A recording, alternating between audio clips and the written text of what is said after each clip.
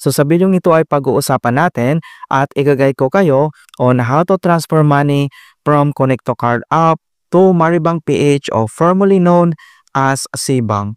So ang next step ay kailangan lang tayo mag-login dito sa ating Connect to Card app and then i-click mo lang.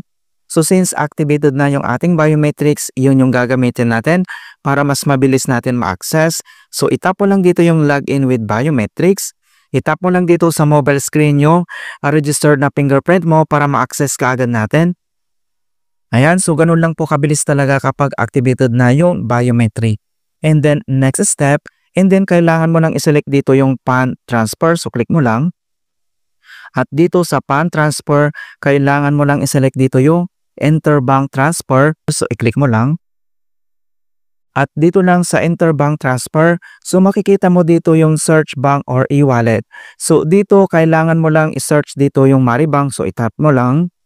So once tinype mo na yung Maribang, automatic yan na magpa-pop dito. And then kailangan mo lang i-click yan.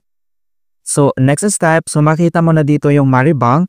And then from account, then i-click mo lang yung arrow na yan. So dito kailangan natin i-select yung ating savings account or pledge account na dito manggagaling yung ating ita-transfer na funds to Maribang. So kailangan mo lang itap dito yung pledge account. And then once na-select mo na yan, and then next naman to account. So dito kailangan natin ilagay dito yung ating Maribang account number.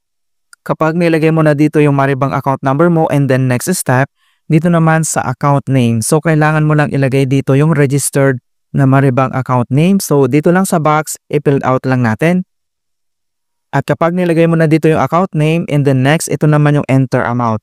Maglagay ka lang dito kung magkano yung amount na itatransfer natin. So fill out ulit natin. And then dito lang sa baba, kailangan mo lang itap dito yung next. Okay? So before you proceed, please review your transaction details.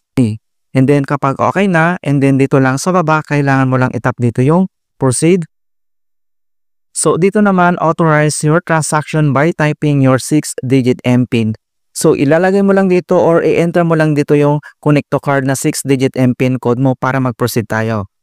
Kapag na-type mo na yung 6-digit MPIN code mo, and then mag-process agad yan. Alright, so makita mo na dito yung status ay pending pa siya. So kailangan natin hintayin to na mag-successful. Okay, so naka-receive na tayo ng message ni Connect to Card. So basahin lang natin. Ayan, so makita mo na dito na thank you for using Connect to Card, InstaPay, Interbank. You have successfully transferred money to sa ating Maribang account. So makita mo na dito na successfully na transfer na po siya.